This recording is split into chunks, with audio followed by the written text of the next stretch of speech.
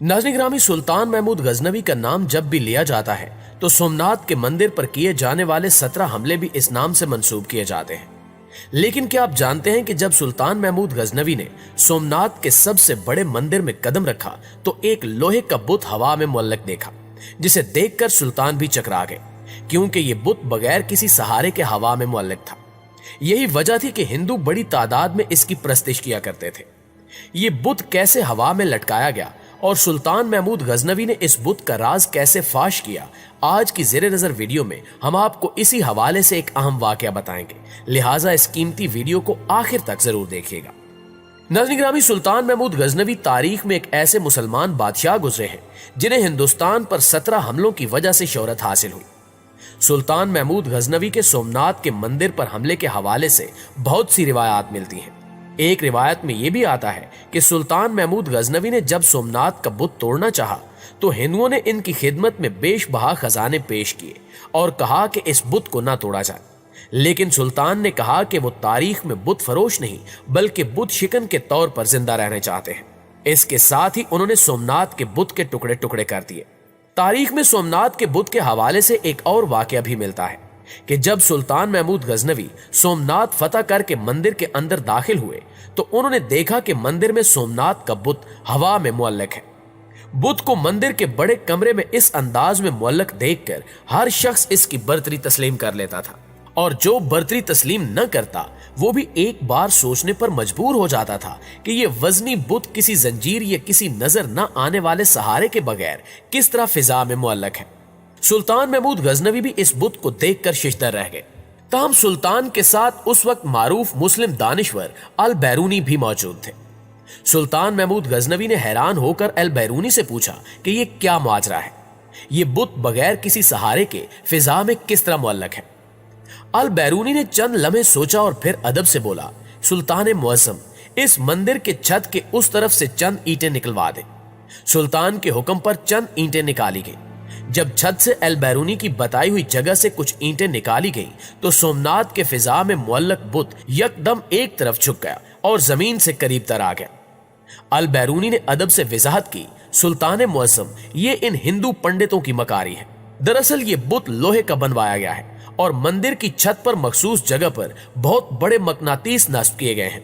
ये मकनातीस लोहे के बुत को अपनी तरफ खींचते रहते हैं और ये बुत हवा में साकित और मुअल्लक रहता है। चूंकि ये बड़े बड़े मकनातीस मजबूती से नस्ब किए गए हैं और ये अपनी जगह से नहीं हिलते, इसलिए ये बुत भी फिजा में मुअल्लक है।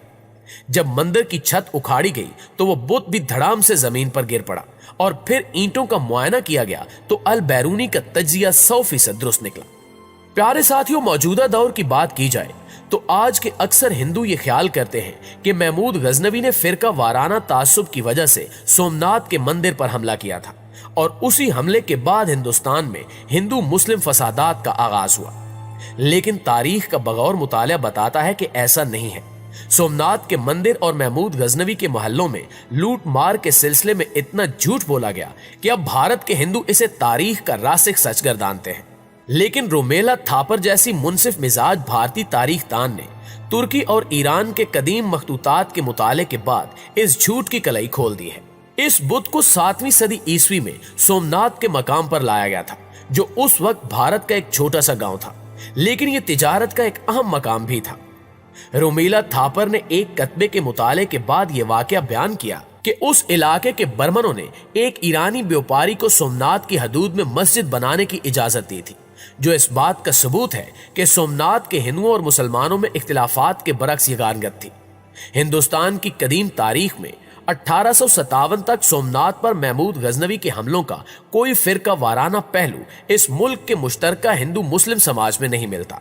लेकिन 1857 के बाद अंग्रेजी हुकूमत के एक वायसराय ने अपने एक सरकारी बयान में कहा कि महमूद गजनवी ने बड़ी बेरहमी से सोमनाथ मंदिर को तबाह करके वहां मौजूद बुत तोड़ डाले और मंदिर के कीमती दरवाजे गजनी ले गए।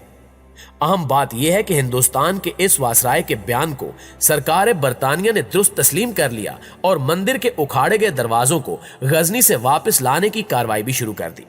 नाज़रीन ग्रामी, रोमेला थापर, नीलवार भट्टाचार्य, सूरपाई गोपाल और के.एन. पानीकर जैसे आजाद और मुनसिफ ख्याल तारीख दानों ने इस वाक़े को दुरुस्त तस्लीम नहीं किया, बल्कि सियासी मकासद हासिल करने के लिए मन घड़त करार दिया।